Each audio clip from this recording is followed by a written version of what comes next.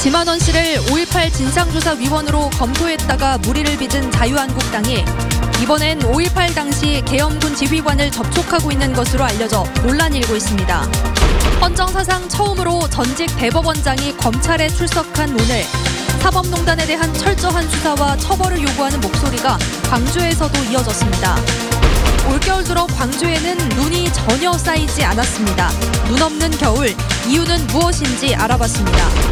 민간공원 2단계 사업에서 우선협상 대상자 지위를 잃은 금호산업이 광주시에 이의를 신청했습니다.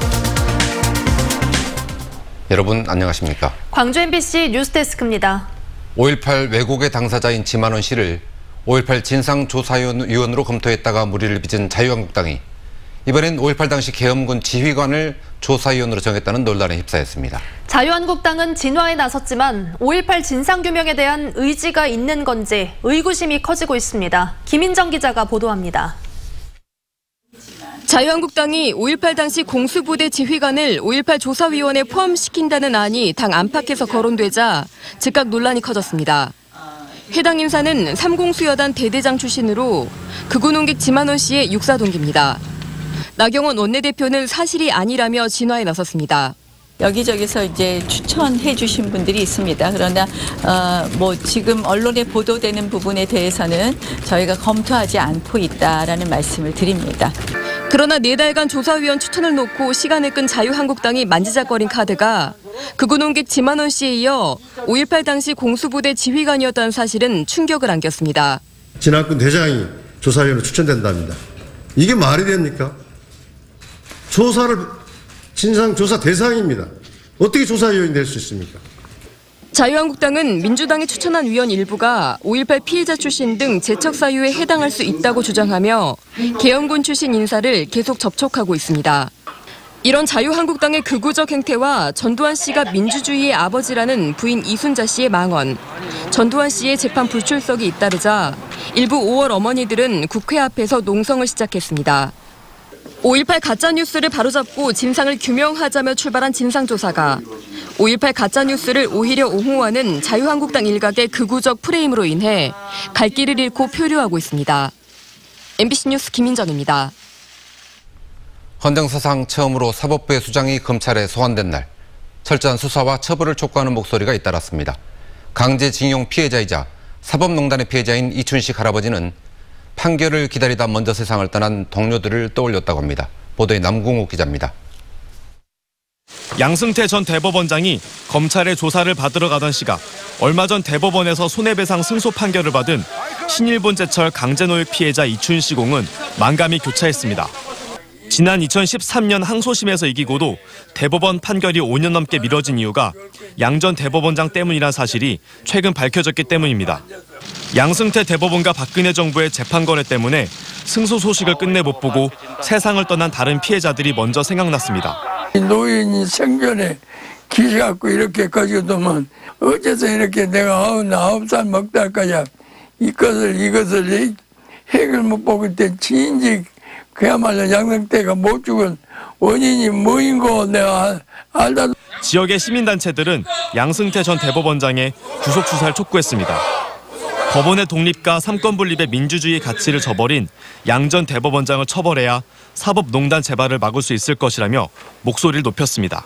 자신들의 기득권을 유지하기 위해서 상고법원 도입과 그다음에 해외 파견 법관 수를 늘리기 위해서 주범으로서 마땅히 법의 심판을 받아야 되는 전직 대법원장이 헌정사상 처음으로 검찰에 출두하는 모습을 지켜본 시민들도 철저한 진상규명을 촉구했습니다. 많이 된 굴뚝의 연기 나갔어. 다 땡겨나지. 이제 조사받고 잘못한 거 있으면 벌 받고. 전직 사법부 수장의 검찰 수사가 사법 적폐를 바로잡고 실종된 사법부 신뢰를 되찾을 계기가 될지 지역민들은 지켜보고 있습니다. MBC 뉴스 남궁욱입니다. 이호수에서 출항한 낚싯배가 통영 욕지도 앞바다에서 뒤집히면서 3명이 숨지고 2명이 실종됐습니다. 화물선과의 충돌이 1차적인 사고 원인으로 보이지만 안전수칙을 제대로 지키지 않아서 피해가 커졌다는 지적이 나옵니다. 조희연 기자가 보도합니다. 어선사고 생존자 9명을 태운 경비정이 천천히 항구에 들어옵니다. 잠시 뒤 해경의 부축을 받은 생존자들이 하나둘 모습을 드러냅니다. 그러나 선장 최모 씨를 포함해 의식 불명 상태로 발견돼 병원으로 옮겨진 3명은 모두 숨졌습니다. 사망자는 모두 구명조끼를 입지 않은 상태로 발견됐습니다. 당시에 승객들이 구명조끼를 전부 착용했었나요? 착용하겠습니까? 잠자는데. 그래서 내가 나와가지고 다 구명조끼 입으세요 하는 순간에 넘어가 버렸다니까. 반면 침몰 직전 가까스로 구명조끼를 챙겨 입은 사람들은 목숨을 건졌습니다. 안전수칙대로 구명조끼만 입었어도 인명피해를 줄일 수 있었습니다.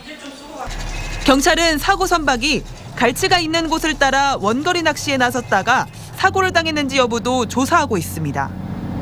사고 선박은 출발지인 여수 국동항에서 100km나 떨어진 경남 통영 인근에서 발견됐기 때문입니다. 온대성 어종인 갈치는 겨울철이 되면 따뜻한 바다를 찾아 제주도 근해까지 내려갑니다. 이 때문에 여수 지역에서는 겨울철에는 낚시 영업을 거의 중단합니다. 겨울에는 인근에가 없고 좀 수온이 따뜻한 쪽에 있다 보니까 갈치를 찾다 보니까 멀리 가는 거죠. 그래서 당하고는 좀 무리하게 막 흥분되죠. 하지만 구조된 사무장은 전남 여수 인근에서 낚시를 한 뒤 배를 돌리려고 통영 바다까지 갔다고 주장하고 있어 경찰이 정확한 경위를 조사하고 있습니다. MBC 뉴스 조희원입니다.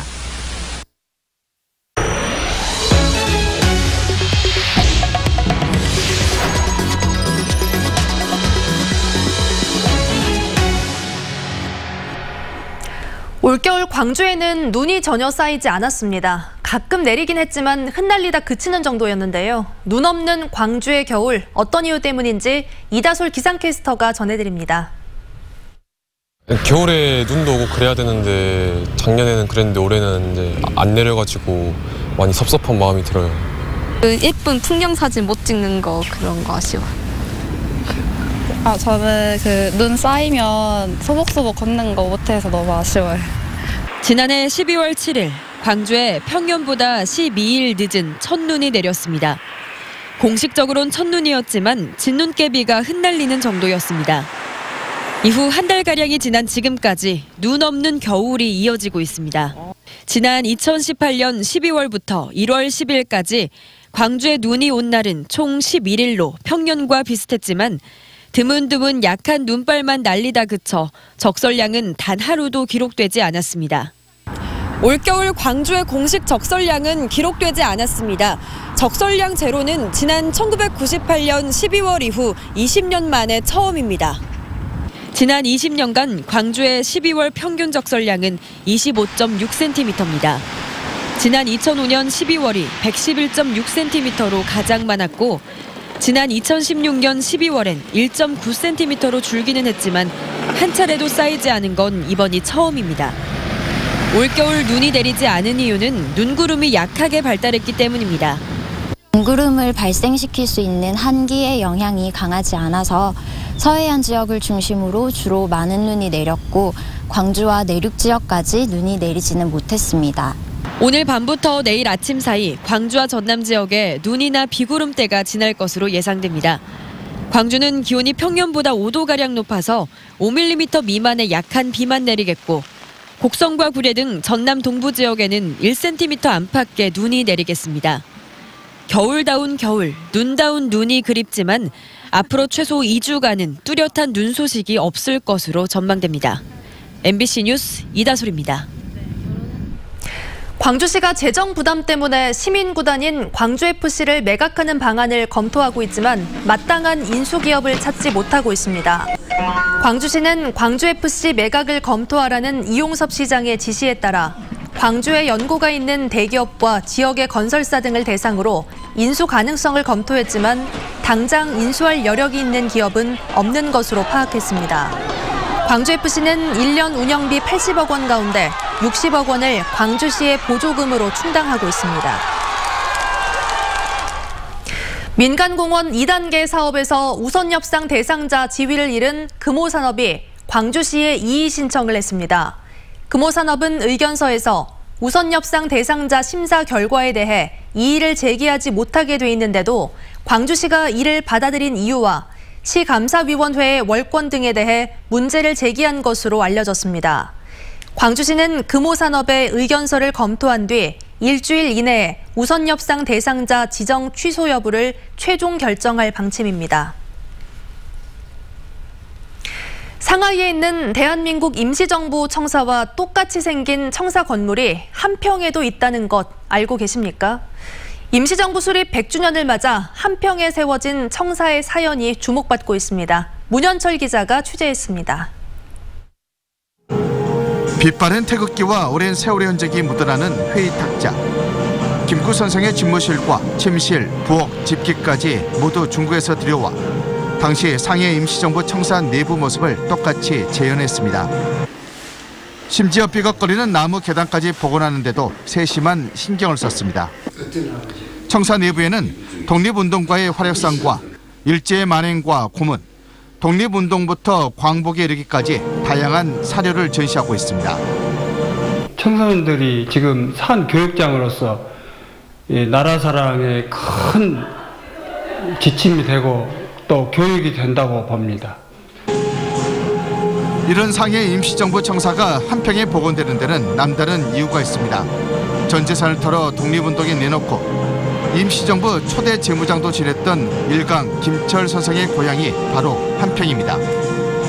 그때 당시에 그 상해 임정청사가 우리 그 일강 할아버지의 명의로 소유자로 있었기 때문에 여기에 우리 할아버지 기념관 주변에다가 상해 임정을 그대로 똑같이 1:1로 재현했습니다. 한평 임시정부 청사는 일제 침략자로부터 조국을 되찾기 위해 희생했던 독립지사들의 애국혼이 살아 숨쉬고 있습니다. 요즘 위안부 망언 등 일본의 도발이 부쩍 잦아지면서 과거를 잊는 민족에게는 미래도 없다는 말이 새삼 다가서고 있습니다. 올해는 대한민국 임시정부가 수립된 지 꼭 100년이 되는 해입니다. 이곳 한평에 상해 임시정부 청사가 복원된 지도 벌써 10년이 흘렀습니다. MBC 뉴스 문현철입니다. 광주 전남 지역의 25개 여성단체는 오늘 한평의 모 농협 앞에서 기자회견을 열고 2년 전 조합장을 비롯한 임원 15명이 베트남에서 집단 성매매를 했다는 의혹에 대해 철저한 진상조사를 촉구했습니다. 성매매 의혹을 처음 제기한 해당 농협의 전 감사는 자산을 매각한 돈으로 조합원 배당금과 특별 상여금 등을 지급했다며 업무상 배임과 횡령 등의 혐의로 조합장 등을 검찰에 고발했습니다. 해당 조합장 등 임원들은 이 같은 주장에 대해 사실무근이고 조합장 선거를 앞두고 퍼뜨린 음해석 유언비어라고 반박했습니다. 광주 남구의 모 사립여고에서 제자들을 성추행한 혐의로 기소된 교사들이 징역형의 유죄 판결을 받았습니다. 광주지법 11형사부는 여제자들을 성추행한 혐의로 구속 기소된 58살 송모 씨와 김모 씨 등 2명에 대해 각각 징역 2년을 선고하고 집행을 3년 유예했습니다. 또 40시간의 성폭력 치료 프로그램 이수와 120시간의 사회봉사, 아동 청소년 관련 기관 취업 제한 3년을 명령했습니다.